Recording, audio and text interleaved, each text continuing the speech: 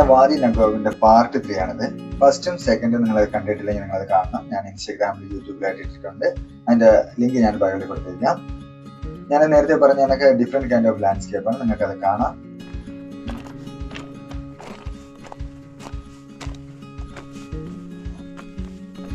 ഇതൊരു വലിയൊരു കെനിയനാണ്, നിങ്ങൾക്ക് കാണാം. അത് കെനിയൻ്റെ അകത്തൂടെ പോകുന്നത്.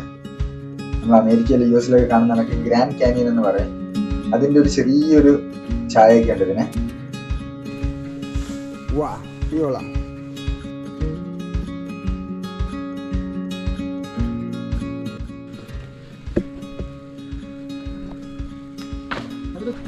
അങ്ങനെ ആ കെനിയനിലൂടെ ഒരുപാട് ദൂരം നമ്മൾ ഹൈക്ക് ചെയ്തു, റൺ ചെയ്തു, കുറെ നേരം അവിടെ ഇരുന്നു, ഇതെല്ലാം കഴിച്ചു, വെള്ളം എല്ലാം കുടിച്ചു. അത്യാവശ്യം നമുക്ക് പറഞ്ഞറിയിക്കാൻ പറ്റാത്തൊരു എക്സ്പീരിയൻസ് ആണ്. നിങ്ങൾ എല്ലാവരും അത് ഫീൽ ചെയ്യാൻ കഴിയണം.